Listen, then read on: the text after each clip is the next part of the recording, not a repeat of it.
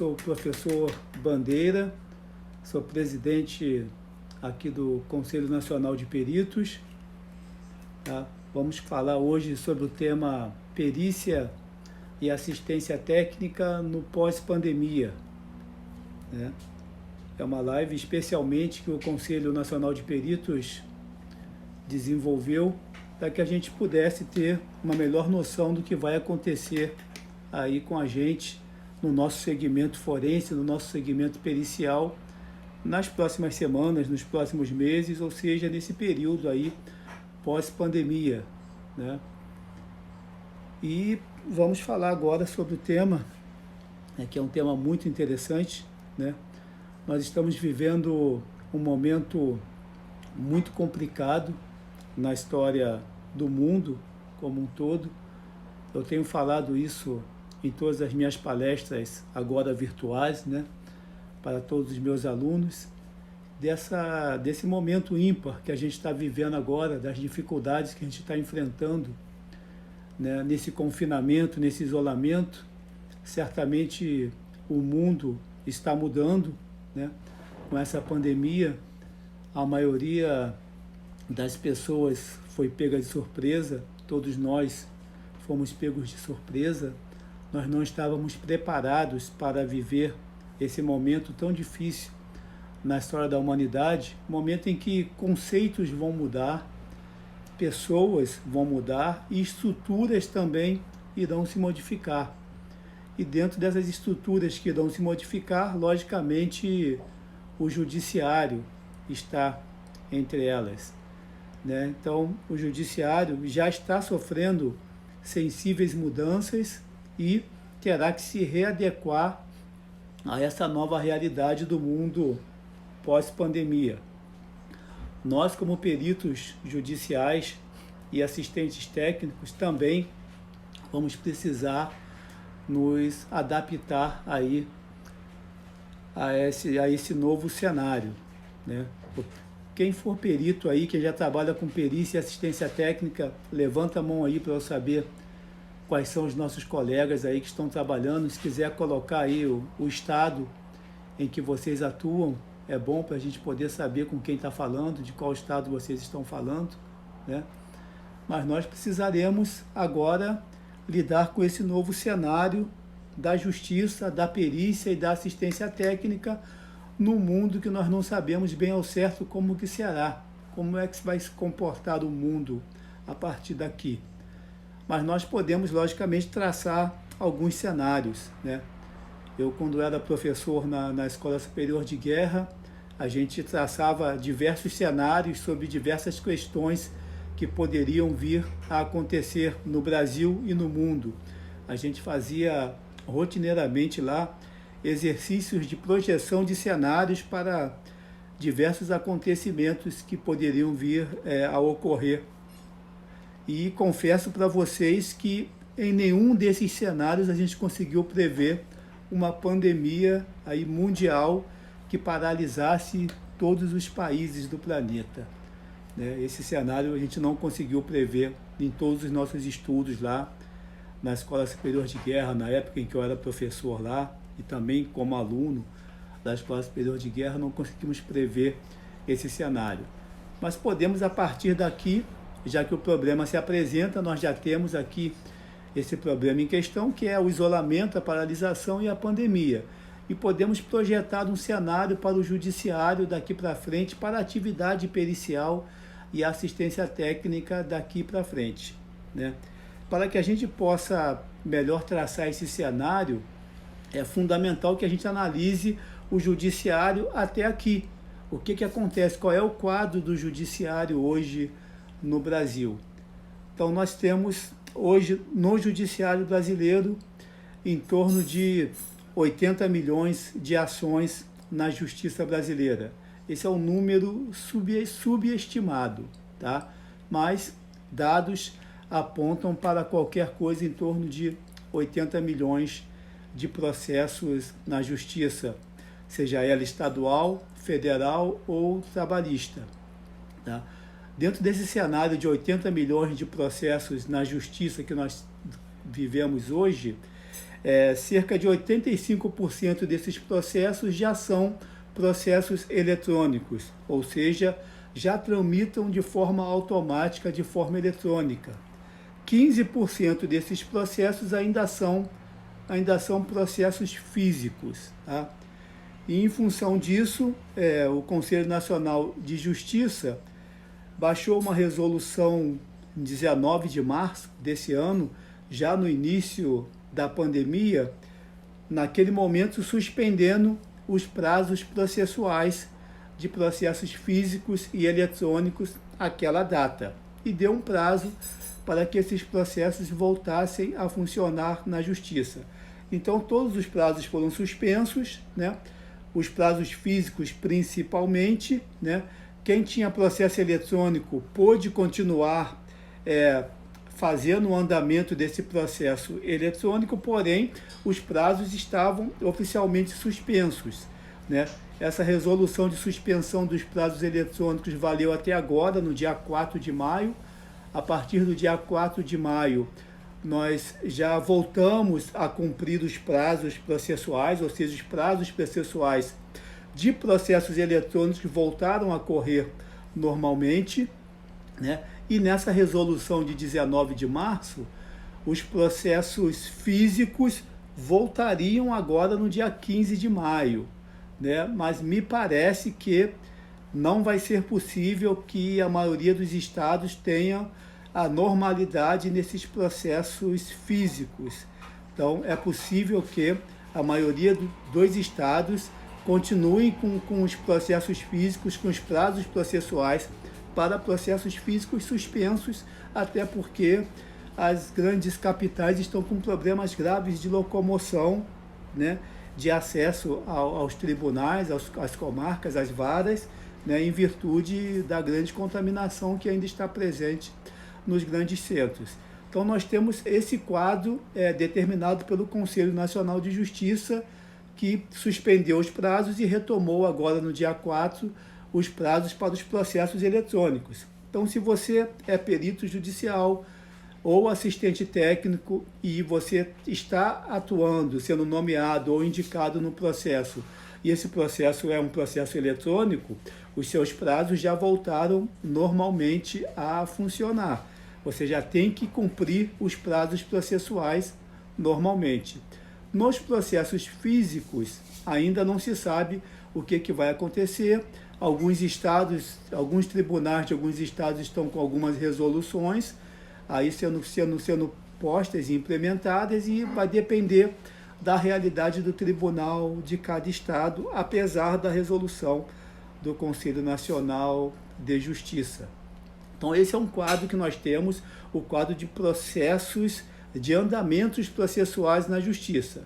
Falei aqui para vocês um cenário de 80 milhões de processos na Justiça, 15% desses processos são processos físicos, que a gente ainda demanda, a gente ainda precisa cumprir os prazos processuais fisicamente, a gente precisa ir à vara, precisa ir ao tribunal para cumprir os prazos físicos desses 15% desses processos, e os outros 85% já são automaticamente processos eletrônicos.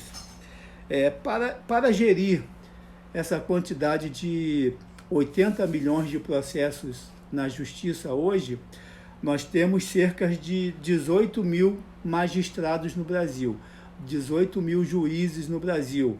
É lógico que nesses 18 mil juízes contam também os desembargadores, contam também os ministros dos tribunais superiores e juízes que estão a serviço dos tribunais superiores e das segundas instâncias. Então, praticamente nós temos hoje, no judiciário de primeira instância, Justiça Estadual, Federal e Trabalhista, para gerir 80 milhões de processos, nós temos em torno de 12 mil magistrados, 12 mil juízes espalhados por comarcas em todo o Brasil. Se a gente for fazer um cálculo rápido, dá uma enormidade de processos em mãos de cada juiz, em cada vara, né? Então nós teríamos hoje, grosseiramente falando, aí em torno de mais ou menos, são 12 mil magistrados, daria mais ou menos 6 mil, 7 mil processos hoje por vara, para que cada magistrado possa administrar essa realidade processual.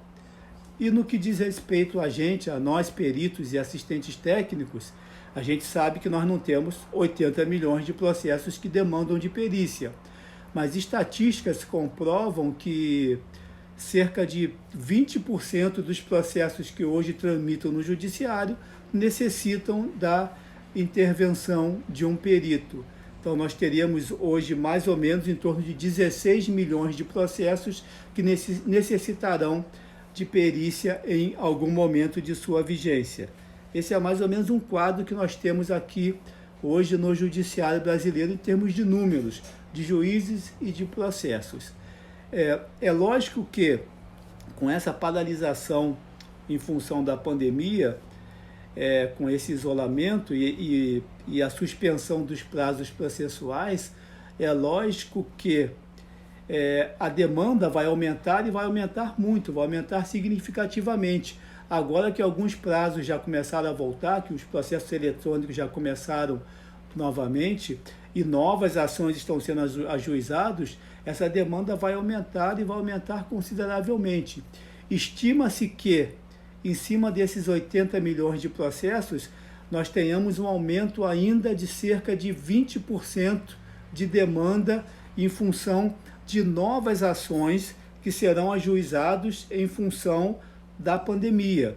Nós teremos uma enxurrada de ações trabalhistas, nós teremos uma enxurrada de ações cíveis, de ações de renegociação de aluguéis, ações movidas pelas famílias das pessoas que morreram durante a pandemia, desde inventário até ações de dissolução de sociedades, partilha de bens e uma série de ações de relações comerciais que não estão sendo cumpridas durante esse período da pandemia e do isolamento. Então nós teremos aí em torno de 20% no mínimo de aumento nesses processos que hoje já tramitam na justiça e que hoje a justiça já não dá conta de administrar 80 milhões de processos que já estão em curso.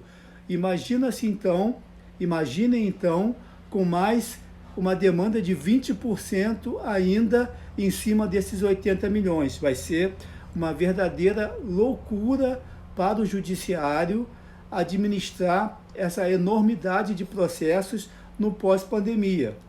E isso tudo em função de quê? Primeiro, da estrutura do judiciário, que é uma estrutura que já vem deficiente já há muito tempo, a estrutura do judiciário. Nós não temos número de juízes suficientes para atender todas as comarcas do Brasil.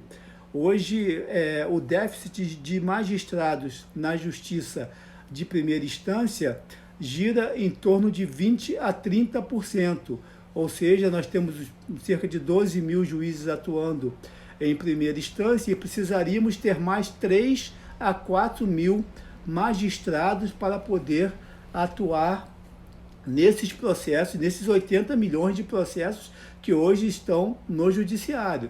Então precisaríamos ter mais 4 mil juízes praticamente para atender essa demanda de 80 milhões. Agora, com essa demanda de mais 20%, de mais 16 milhões de processos, o número teria que ser bem maior.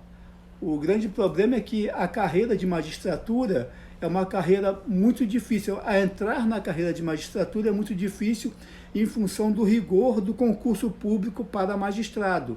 Então, a grande maioria das vagas ficam ociosas porque não existem candidatos suficientes que tenham passado para ocupar as vagas, porque o processo seletivo ele é muito rigoroso.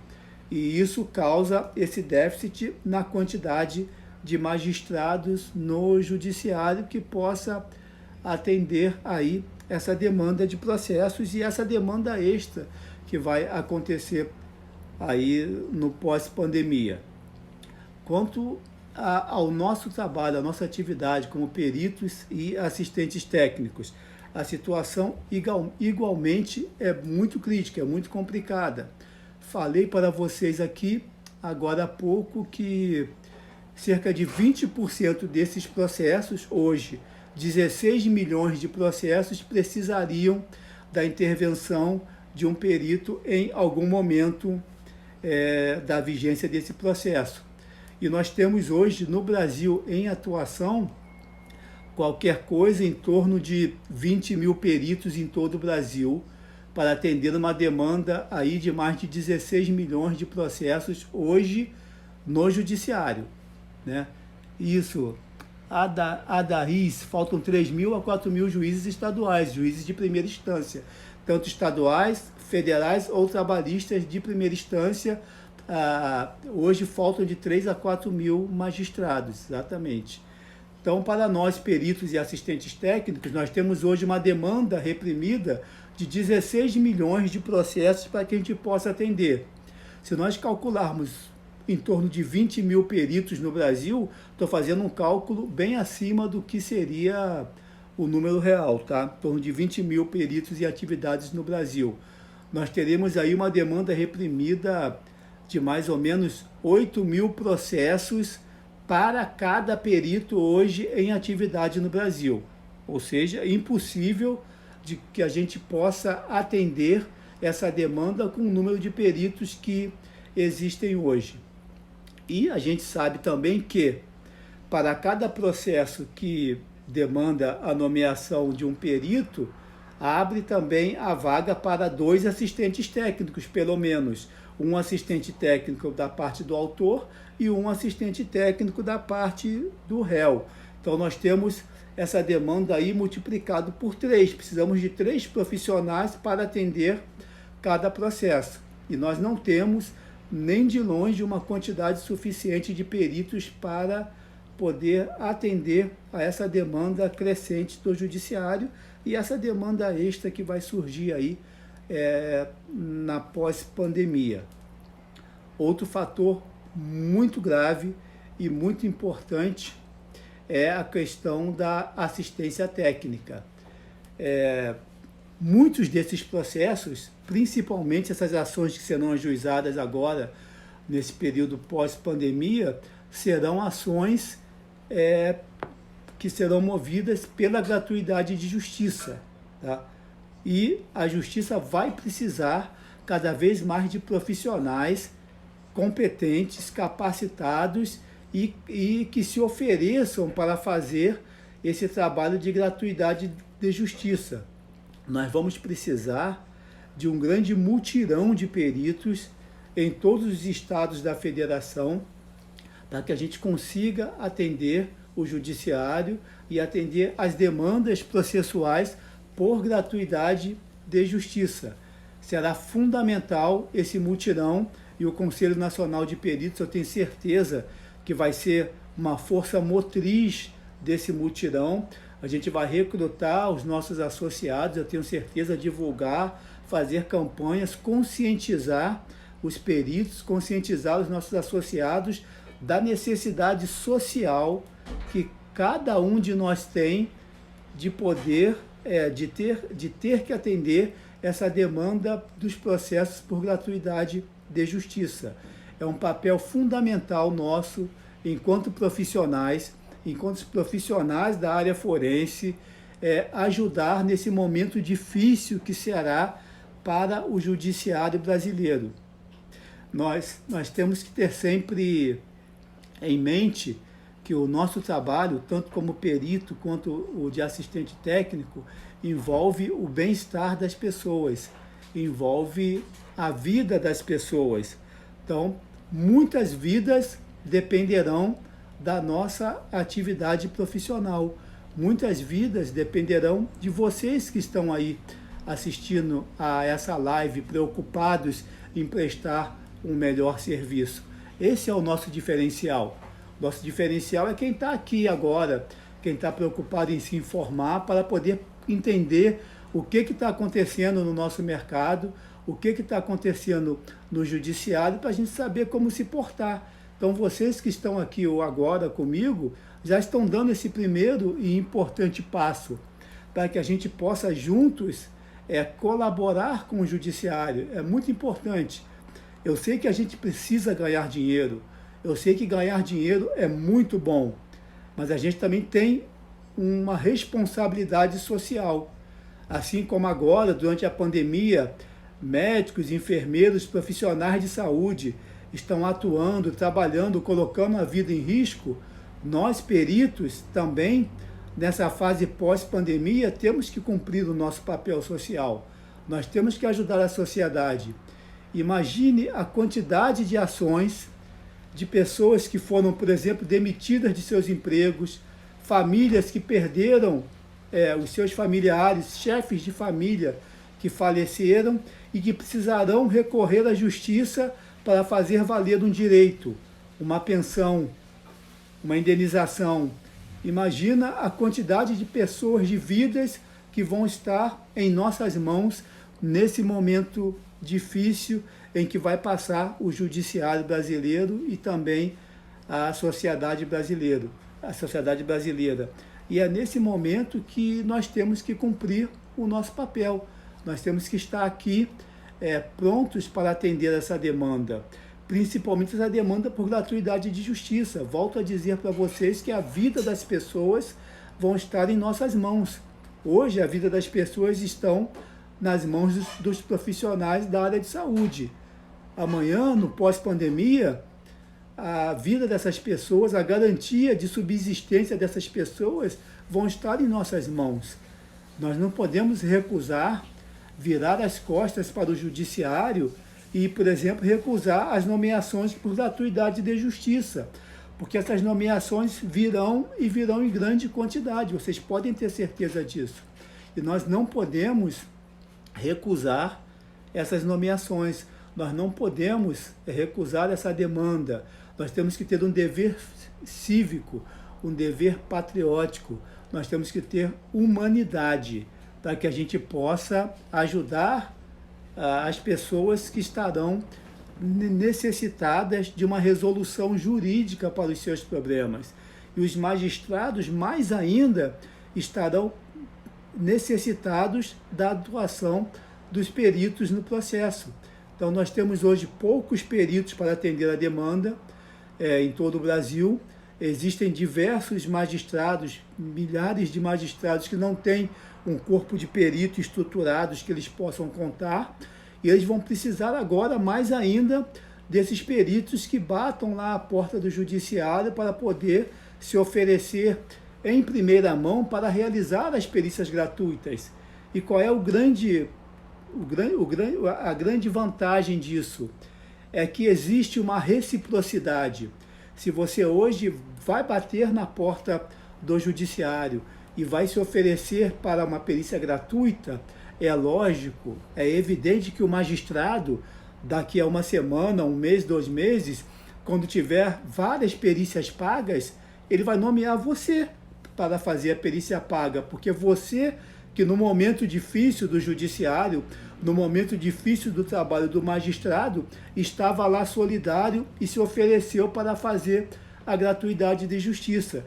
Então você que fez a gratuidade de justiça será o primeiro a ser lembrado quando as perícias pagas vierem, e certamente virão em grande quantidade. Um grande exemplo que eu posso dar para vocês são as perícias na área de finanças e bancos. Nós teremos uma enxurrada de processos na área de bancos, versando sobre as mais diversas especialidades, por exemplo, e essas perícias, mesmo que gratuitas, como é uma relação de consumo, o juiz pode, por exemplo, inverter o ônus da prova e vocês de imediato receberem, ou seja, vocês começaram numa perícia que era por gratuidade, o juiz, o magistrado, inverteu o ônus da prova e vocês de cara já recebem os honorários periciais. Então, existe a reciprocidade.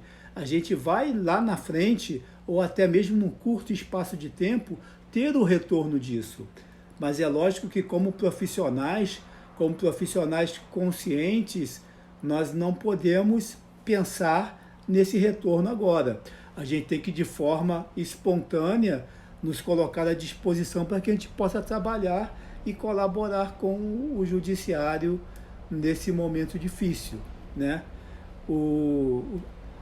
Pô, Cícero está perguntando, o cadastro no Comped aproximadamente quantos peritos? Em todo o Brasil nós temos hoje em torno de 5.000 peritos cadastrados no Comped, filiados ao Comped em todo o Brasil, em nossas 5 delegacias e em todos os estados que essas delegacias administram. Então é mais ou menos essa quantidade, 5.000 e poucos, a gente nunca tem os dados muito precisos, 5.000 e poucos peritos hoje filiados ao Comped atuando no judiciário em todo o Brasil.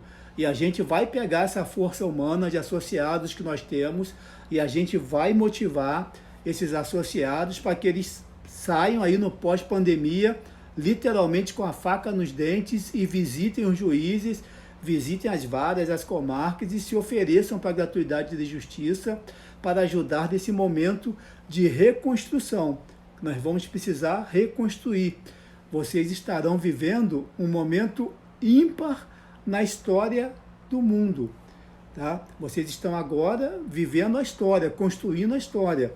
E lá na frente, vocês vão poder contar isso para os seus filhos e netos, que vocês participaram da reconstrução de um fenômeno que teve proporções mundiais. E a gente está aqui para isso. O objetivo dessa live hoje é para motivar vocês, para esclarecer vocês e para mostrar que nós temos essa missão e essa missão vai dar frutos, vai dar um retorno para todos nós, né?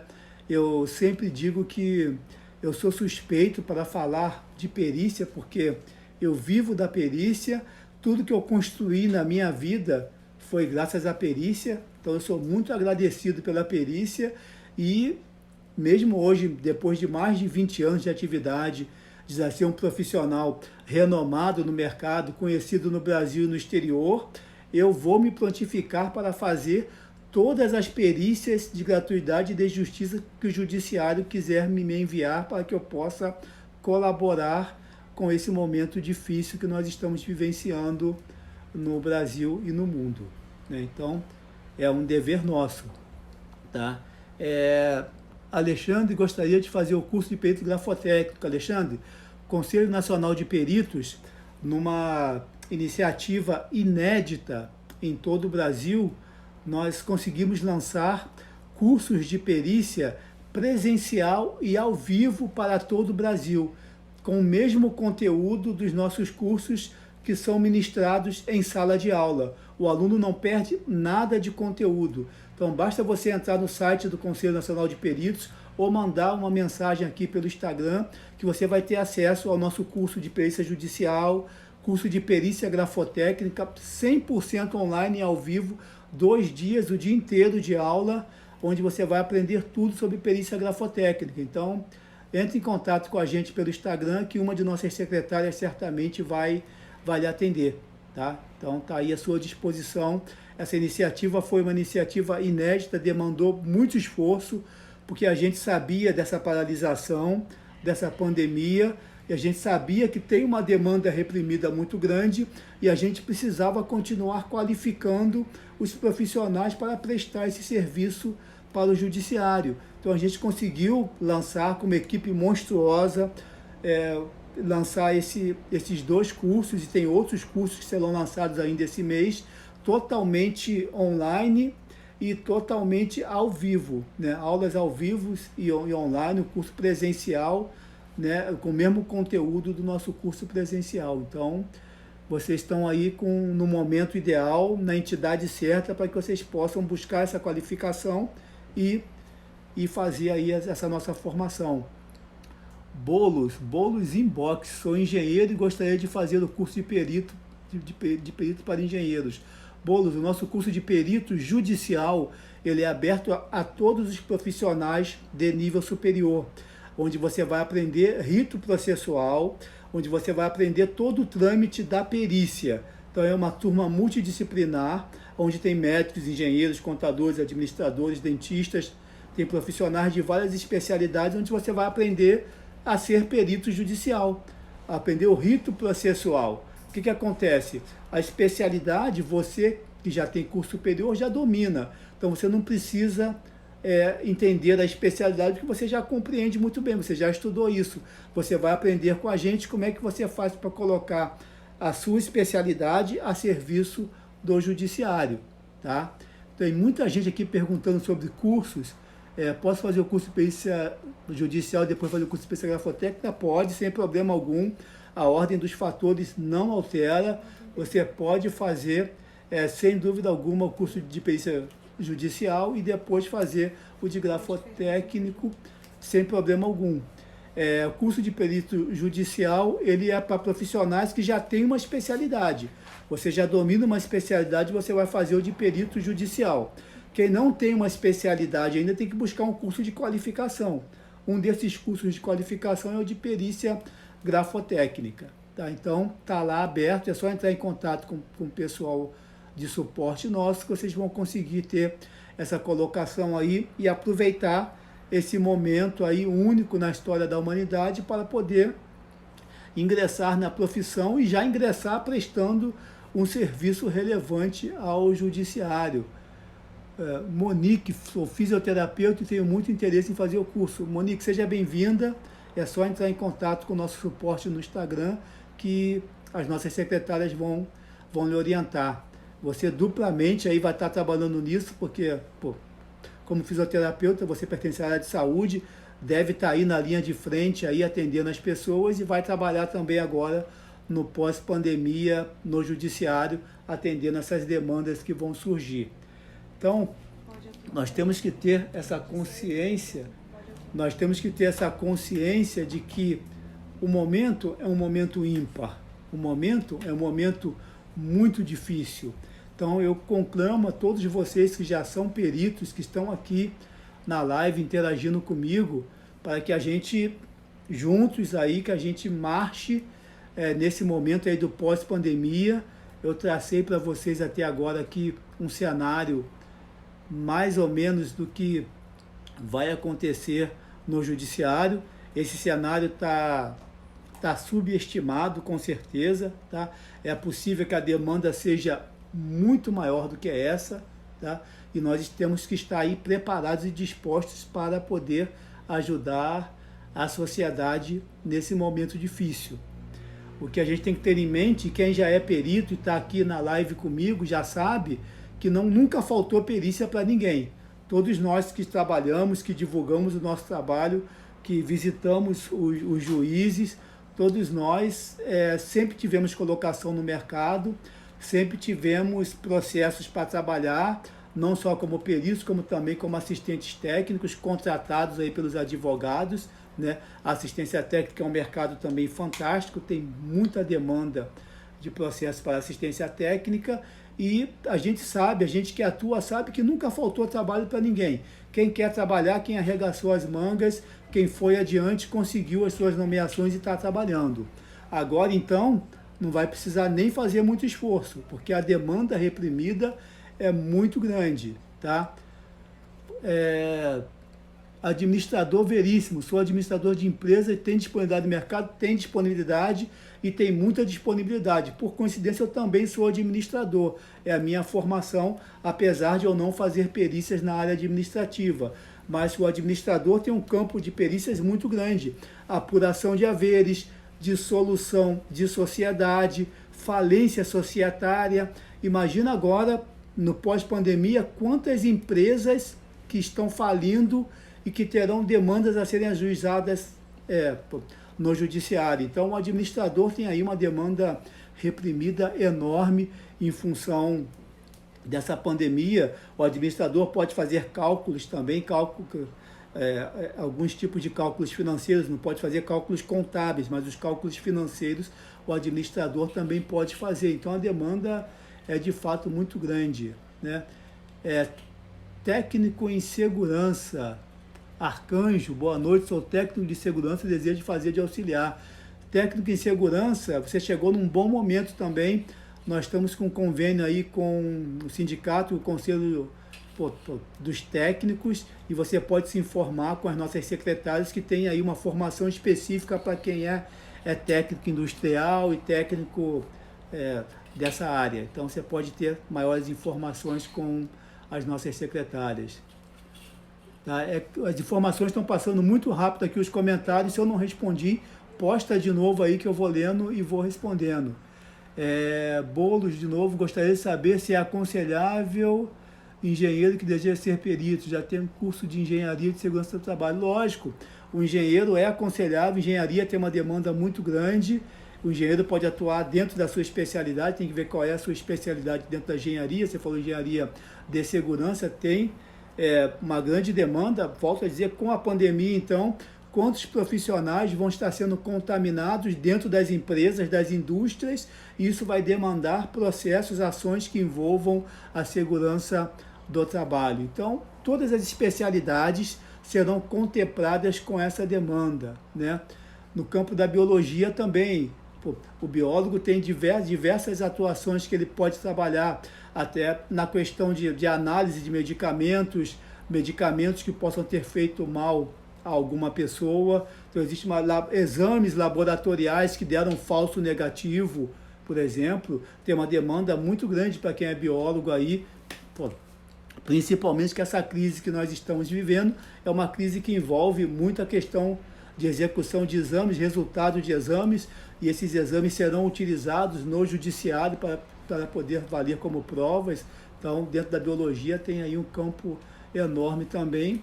Como eu falei para vocês, todas as especialidades serão contempladas com esse aumento na demanda processual. Não se preocupem com isso. O importante volto a dizer aqui, que é o objetivo dessa live que a gente está fazendo, o importante é conscientizar vocês da necessidade que nós temos de ajudar o judiciário, ajudar o nosso país, ajudar a nossa sociedade nesse momento difícil que o país está passando e ajudar a reconstruir a nossa sociedade com o nosso trabalho dentro da área forense, que é o que nós estudamos, é o que nós sabemos fazer. Eu acho que cada um que tem uma especialidade, cada um que sabe fazer alguma coisa, vai ter que dar o seu papel, a sua colaboração para a sociedade, desde o lixeiro até o mais alto cargo do país. Todos nós temos que dar a nossa participação, a nossa ajuda e marchar aí juntos à reconstrução dessa sociedade que vai estar partida, vai estar dividida, vai estar em frangalhos e necessitada. Então, nossa parte como peritos e assistentes técnicos é essa, nos ajudarmos e ajudarmos a sociedade, né? Então, espero que todos vocês tenham essa consciência, né, de que a gente precisa realmente estar ombreados aí e ajudando a sociedade em geral. Perguntando aqui, administrador Veríssimo, para iniciar, qual a melhor forma seria, perito ou assistente técnico? Então, vamos lá, Veríssimo. O perito judicial ele é nomeado pelo juiz para atuar no processo. O assistente técnico ele é contratado pela parte para ajudar na defesa do cliente. Então, o assistente técnico ele pode ser contratado pelo advogado do autor ou pelo advogado do réu para ajudar na defesa. As duas formas são ótimas para se começar. Não existe uma regra, não, primeiro eu vou ser perito para depois fazer assistência técnica. Não existe uma regra. Existem peritos que começaram a sua atividade profissional pela assistência técnica e outros começaram pela perícia, fizeram o nome como perito para depois se tornarem bons assistentes técnicos. Eu, por exemplo, eu comecei como perito, atuei muitos anos como perito e depois migrei 99% da minha atividade pericial para assistência técnica. Então, hoje eu faço muito mais assistência técnica do que perícia, não dá nem para comparar a perícia judicial com a quantidade de assistência técnica que eu faço. Eu comecei assim, mas não existe uma ordem certa, qualquer um pode começar ou como perito ou como assistente técnico, não tem problema em relação a isso, tá? Fica a seu critério. Diferença entre perito judicial e perito criminal. Vamos lá, perito judicial. Perito judicial é o profissional que domina uma especialidade, domina um conhecimento técnico e científico e é nomeado pelo juiz para atuar no processo, ou seja, é uma nomeação para cada processo. Então, o perito judicial atua no judiciário, atendendo às demandas do magistrado. Perito criminal. O perito criminal ele é um profissional concursado da polícia. O perito criminal ele é um policial, ele faz concurso para a polícia na carreira de perito criminal.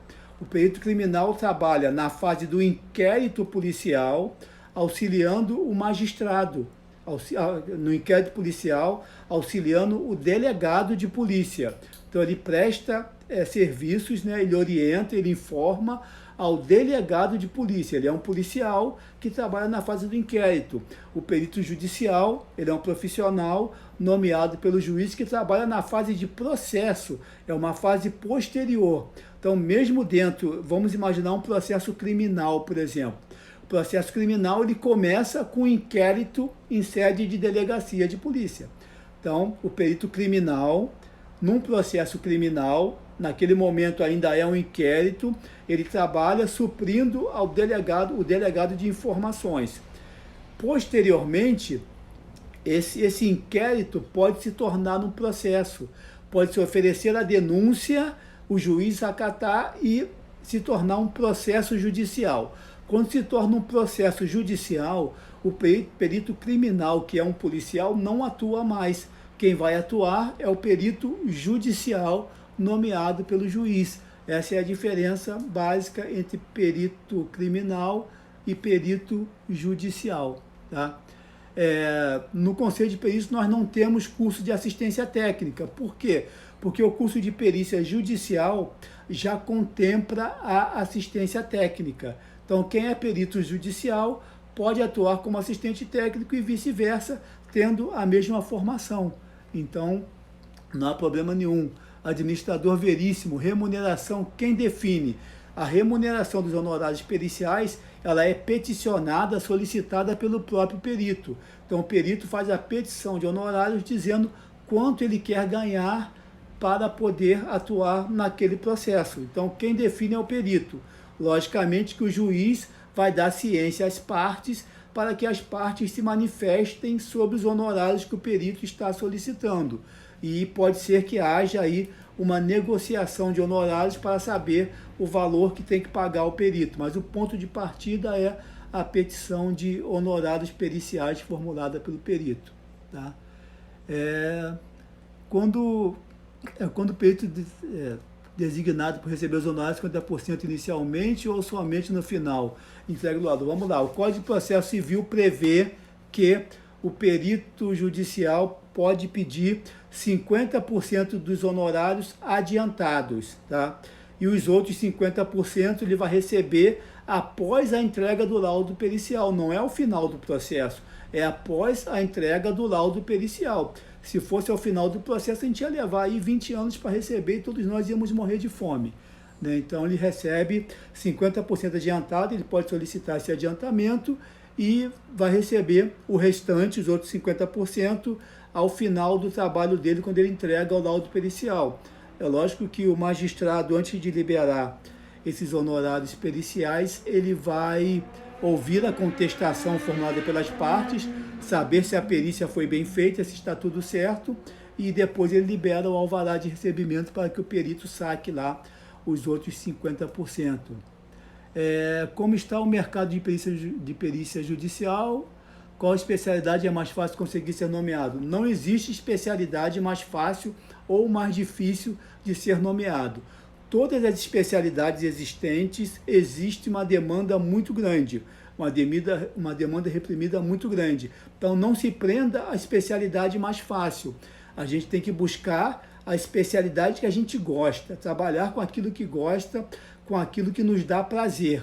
A gente não pode ir por um caminho do mais fácil, do que tem mais demanda. Não. Faça bem aquilo que você gosta, aquilo que você ama. E todas as especialidades têm uma demanda reprimida muito grande. Né? Qual das duas formações são mais solicitadas? Eu não sei quais formações a Josenilda falou, tem que me repetir aqui, porque deve ter passado nos comentários. Como é que é?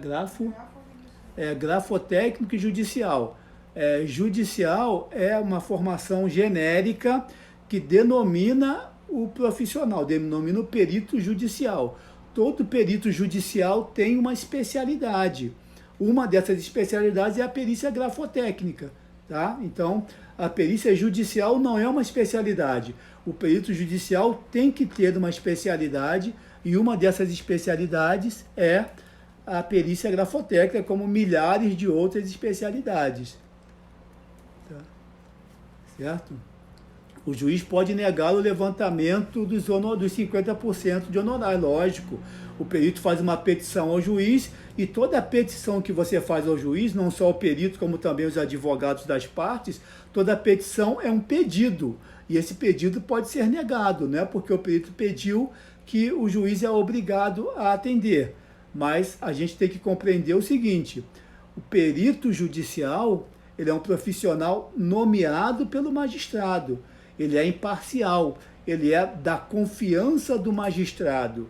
Então, dificilmente, o magistrado nega o pedido do perito que ele mesmo nomeou, que é um profissional da confiança dele. Tá? Então, ele pode negar, mas não é normal em função da relação estreita que existe entre o perito e o magistrado que o nomeou. Tá? Vamos ver aqui. Formado em recursos humanos, não foi nomeado, foi formado em recursos humanos, fez curso no Comped, não foi nomeado. A gente precisa saber primeiro, quantos juízes você visitou, quantos magistrados você visitou. Então vamos lá, nós temos 12 mil magistrados de primeira instância no Brasil inteiro. Somente aqui no estado do Rio, eu não sei de qual estado você é, somente aqui no estado do Rio nós temos aí pelo menos 800 a 1.000 magistrados em primeira instância. Quantos juízes você visitou? Essa é uma pergunta que eu recebo sempre, tá, gente? Fiz curso, sou perito e não fui nomeado. A primeira coisa que eu pergunto é, quantos magistrados você visitou? Ah, professor, eu visitei 6 magistrados, 10 magistrados. Poxa, eu tenho 1.000 juízes para visitar. Eu visitei 10 e estou reclamando que não fui nomeado. Realmente não dá, né? Você tem que visitar a maior quantidade de juízes possíveis para poder ampliar o seu leque de nomeação. Senão, vai reclamar a vida inteira, não tem jeito. Quando o perito não é nomeado, eu posso falar com 100% de certeza que ele não visitou a quantidade suficiente de juízes. Ele brincou de visitar. Visitou 20 varas, 20 comarcas, 20 juízes, foi para casa e ficou chorando. Não adianta. Tem que gastar sola de sapato. Todos nós peritos que estamos no mercado, que temos sucesso hoje no mercado, gastamos muita sola de sapato, gastamos muita lábia, visitamos centenas e centenas de juízes para hoje termos uma condição diferenciada no mercado. Então, com vocês não será diferente. Tem que visitar os juízes. Se não visitou, não adianta reclamar. Se visitou 20 juízes, não adianta reclamar. Visita de 100 para cima e depois vem falar comigo, que eu tenho certeza que o seu relato será sempre bom. Tenho certeza que o resultado será sempre muito positivo. Tá? Engenheiro mecânico, qual tipo de curso seria? Engenheiro mecânico, qualquer profissional de nível superior, seja engenheiro, médico, dentista, administrador, contador, economista, qualquer profissional de nível superior precisa fazer o curso de perícia judicial, tá? Independente da especialidade. Por quê? O de perícia judicial é que vai ensinar para vocês rito processual pericial. Volto a dizer, a especialidade vocês já dominam. Vocês já são especialistas. Você precisa aprender como é que coloca a sua especialidade a serviço do judiciário.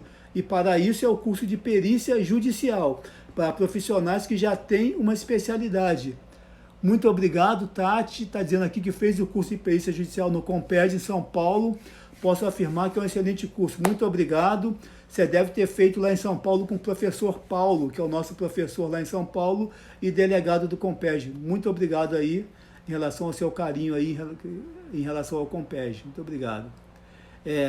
Com a pandemia, como fica a visitação? Que visitação você está querendo dizer, Elaine? Que visitação? Ir visitar os juízes tem que esperar o pós-pandemia. O judiciário ele está fechado ainda para ações físicas. Somente os processos eletrônicos estão liberados. Os processos físicos e as visitações ainda não estão podendo ser feitas. Então tem que acompanhar o noticiário, acompanhar aqui o Instagram do Compeg. Assim que os judiciários de cada estado começarem a abrir as suas portas, é o momento de começar a visitar os juízes. Sou formada em administração, posso fazer grafotécnica? Pode fazer grafotécnica. Falei aqui agora há pouco que eu também sou administrador e a minha principal especialidade é a perícia grafotécnica. Então, o administrador pode fazer tranquilamente de perícia grafotécnica sem problema algum. O Compeg oferece na cidade de Salvador sobre curso de perícia grafotécnica, oferecemos. Nós temos uma delegacia em Salvador, entra no site do Compeg ou no nosso Instagram.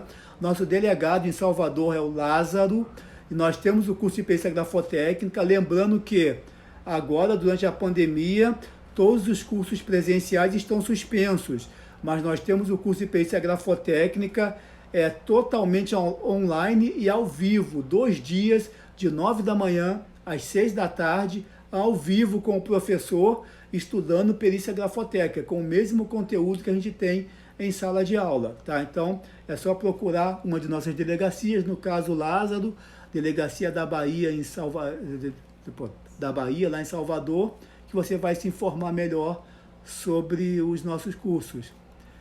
Como é feito o contato com as varas para ser nomeado? Contato com as varas. O perito precisa visitar os juízes e se oferecer para ser perito daquele juízo. Ele vai levar lá no momento da visita uma cartinha que você mesmo vai redigir com as suas principais qualidades, lembrando que isso é conteúdo do curso de perícia judicial, que é ministrado pelo Compeg, você vai aprender a fazer isso lá.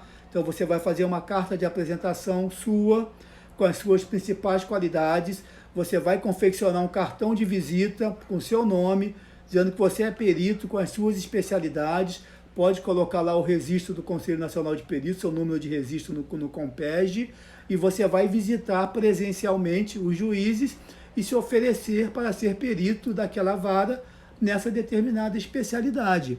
É assim que os peritos fazem para se oferecer para os juízes. Olha só, a justiça ela é muito tradicional, tá? Ela evolui pouco.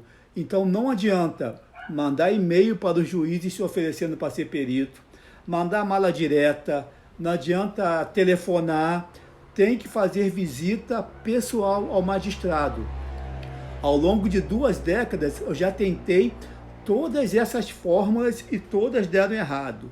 A única forma que funciona para que vocês tenham sucesso, para serem nomeados como peritos, é visitar pessoalmente o juiz. Não tem jeito.